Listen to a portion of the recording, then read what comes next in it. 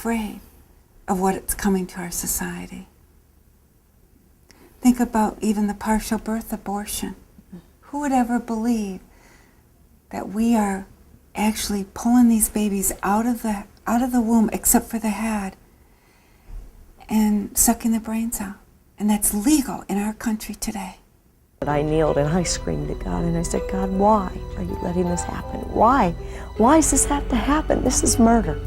I mean, I can't believe you'd allow this to happen. There were 7 of these done that day. Every one of the mothers were perfectly healthy. Nothing was wrong with them. They just waited later in their pregnancy to have an abortion. 1 baby had Down syndrome. The rest of them were perfectly healthy babies. The vast majority of partial birth abortions are performed for purely elective reasons. They're performed on the healthy mothers of healthy babies. Those are the facts. The abortionists don't want to admit that, but that's the reality of partial birth abortion in this country. How does stabbing the child in the back of the head protect the mother? That's just ridiculous. It doesn't make any sense. I know of no disease, no congenital anomaly where this type of procedure would be necessary in order to preserve the mother's health or to save her life. And this certainly doesn't do anything for the life of the baby.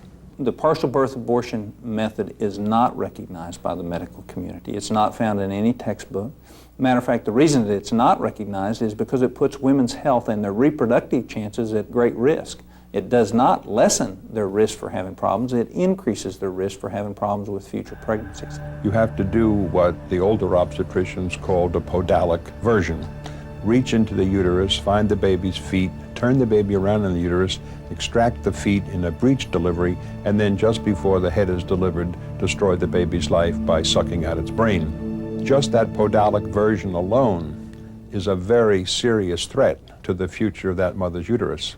And so rather than preserving that woman's fertility, I think very likely they would produce an incompetent cervix, which would very seriously threaten her future fertility. The public out there has no clue of what's going on behind these closed doors. They just hear abortion, well, abortion's a woman's right. You know, she has a right to do what she wants to with her body.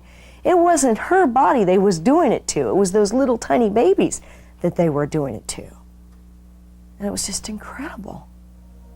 I don't think I will ever get over seeing those babies move and flinch from the pain that was being inflicted in them.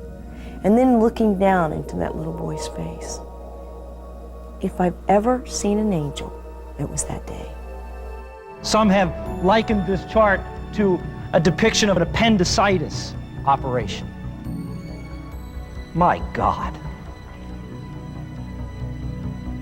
Appendicitis. That's not an appendix. That's not a blob of tissue. It is a baby. It's a baby.